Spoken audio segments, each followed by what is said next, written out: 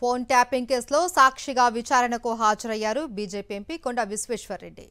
ఆయన స్టేట్మెంట్ ను సిట్ అధికారులు రికార్డ్ చేశారు. బీఆర్ఎస్ పై గతంలోనే ప్రజల నుంచి తీవ్ర వ్యతిరేకత వచ్చింది అన్నారు విశ్వేశ్వర్రెడ్డి.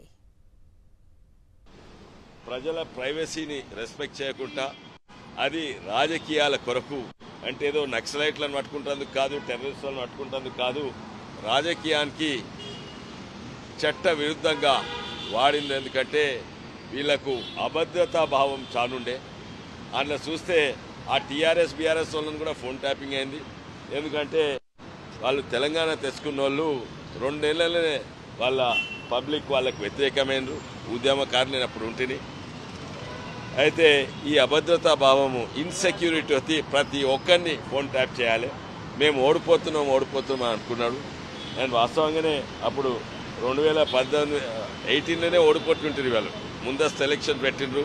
ఇవన్నీ ఇంటే ఇని ఫోన్ ట్యాపింగ్లు చేసి వీళ్ళు ముందస్తు ఎలక్షన్స్ పెట్టిండ్రు. ఎందుకంటే ఆ ఎలక్షన్స్ 100% ఓడిపోతుండే.